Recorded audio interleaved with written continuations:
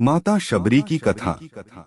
बात भगवान राम के जन्म से पहले की है, जब भील आदिवासी कबीले के मुखिया अज के घर बेटी पैदा हुई थी। उसका एक नाम श्रमना और दूसरा नाम शबरी रखा गया। शबरी की माँ इंदुमती उसे खूब प्यार करती थी। बचपन से ही शबरी पशु पक्षियों की भाषा समझकर उनसे बातें करती और जब शबरी की माँ उसे देखती तो कुछ समझ नहीं पाती थी। कुछ समय बाद एक पंडित ने शबरी के परिवार को बताया कि वो आगे चलकर सन्यासी बन सकती है। इस बात का पता चलते ही शबरी के पिता ने उसका रिश्ता तय कर दिया। जैसे ही शादी का दिन नजदीक आया, शबरी के घर वालों ने खूब सारी बकरियां और अन्य जानवर घर के पास लाकर बांध दिए। एक दिन शबरी का माँ जब उसके बाल बना रही थी तो उसने माँ से पूछा, इतने सारे जानवर हमारे घर क्यों लाए गए हैं? माँ ने जवाब दिया, बेटी तुम्हारा विवाह होने वाला है, इसलिए हम लोगों ने इनका इंतजाम बलि के लिए किया है। तुम्हारी शादी के दिन ही बलि प्रथा होगी और फिर इनसे स्वादिष्ट भोजन बनाकर सबको परोसा जाएगा। यह सब सुनकर शबरी दुखी हो गई। काफी देर तक शबरी ने उन जानवरों को आजाद करने के बारे में सोचा। सोचते सोचते शबरी के मन में हुआ कि अगर ये जानवर यहाँ नहीं होंगे तो इनकी बलि रुक सकती है। ऐसा नहीं हुआ तो मेरे घर से कहीं चले जाने पर ही यह बलि रुकेगी। जब मैं ही नहीं रहूंगी तब न विवाह होगा और न ही बलि प्रथा। इससे मासूम जानवर बच जाएंगे। इसी सोच के साथ जानवरों को रखी गई जगह पर शबरी पहुंची। उसने सोचा कि उन्हें खोल देती हूँ, लेकिन वो ऐसा नहीं कर पाई। उसके बाद शबरी जंगल की तरफ भागने लगी। भागते भागते शबरी ऋषिमुख पर्वत पहुंच गई। वहाँ करीब 10,000 ऋषि रहा करते थे। शबरी को लगा कि वो भी इसी जंगल में किसी तरह ऋषिमुनियों की सेवा करके अपना जीवन जी लेगी। वो चुपचाप उसी जंगल में एक हिस्से में किसी तरह से रहने लगी।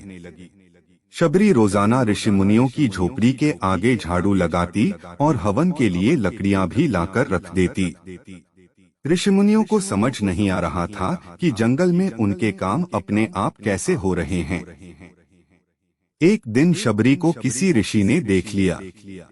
उसे देखते ही उसका परिचय पूछा। जैसे ही शबरी ने बताया कि वो भील आदिवासी परिवार से संबंध रखती है तो उसे ऋषियों ने खूब डांट लगाई। शबरी को इस बात का बिल्कुल भी पता नहीं था कि उसकी जाति छोटी है और उसे ऋषियों द्वारा जाति की वजह अपमान सहन करना पड़ेगा। इतना सब होने के बाद भी शबरी हर ऋषिमुनि के दरवाजे पहुंचती और उनके आंगन में झाड़ू लगाकर उनसे गुरु दीक्षा देने के लिए कहती। हर कोई शबरी को उसकी जाति की वजह से अपने आश्रम से भगा देता था। ऐसा होते होते काफी समय बीत गया। उसके बाद शबरी मतंग ऋषि की कुटिया में पहुंची। वहां पहुंचकर मतंग ऋषि को शबरी ने बताया कि वो उनसे गुरु दीक्षा लेना चाहती है। उन्होंने खुशी खुशी उसे अपने गुरुकुल में रहने दिया और भगवान से जुड़ा ज्ञान देते रहे। शबरी ने भी अपने गुरु मतंग ऋषि की सेवा करने में कोई कसर नहीं छोड़ी। वो गुरुकुल के भी सारे काम करती थी। शबरी से खुश होकर मतंग ऋषि ने उसे बेटी मान लिया था। समय के साथ मतंग ऋषि का शरीर बूढ़ा हो गया। उन्होंने एक दिन शबरी को अपने पास बुलाया और कहा, बेटी मैं अपना देह त्यागना चाह रहा हूँ।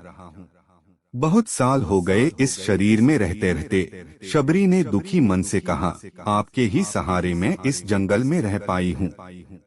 आप ही चले जाएंगे तो मैं जीकर क्या करूँगी? आप अपने संग मुझे भी ले जाइए, मैं भी देह त्याग दूंगी। मतंग ऋषि ने जवाब दिया, बेटी तुम्हें चिंता करने की जरूरत नहीं है। राम तुम्हारी चिंता करेंगे और ध्यान भी रखेंगे। शबरी ने राम का नाम सुनने के बाद पूछा, वो कौन है और उन्हें मैं किस तरह से ढूंढूंगी? मतंग ऋषि ने बताया, राम कोई और नहीं भगवान है। वो तुम्हें सारे अच्छे कर्मों का फल देंगे। तुम्हें उन्हें ढूंढने की कोई जरूरत नहीं है। वो एक दिन खुद तुम्हें खोजते हुए इस कुटिया में आएंगे और तुम्हें उनके हाथों ही मोक्ष मिलेगा। तब तक तुम इसी आश्रम में रहो। इतना कहते ही मंतग ऋषि ने अपना शरीर त्याग दिया। शबरी के मन में मंतग ऋषि के जाने के बाद से एक ही बात थी कि भगवान राम स्वयं उससे मिलने आएंगे। वो रोज भगवान राम से मिलने के लिए बाग से अच्छे अच्छे फूल लाकर पूरा आश्रम सजाती और भगवान के लिए बेर तोड़कर लाती। भगवान के लिए बेर चुनते हुए शबरी उन्हें चख लेती थी ताकि भगवान वो सिर्फ मीठे बेर ही दे। रोजाना शबरी इसी तरह भगवान के दर्शन की आस में फूल और बेर इकट्ठा करती रहती थी। इसी तरह इंतजार में कई साल बीत गए। शबरी का शरीर एकदम वृद्ध हो गया। एक दिन आश्रम के पास के ही तालाब में शबरी पानी लेने के लिए गई। तभी पास के ही एक ऋषि ने उसे अछूत कहते हुए वहां से भागने के लिए कहा और एक पत्थर मार।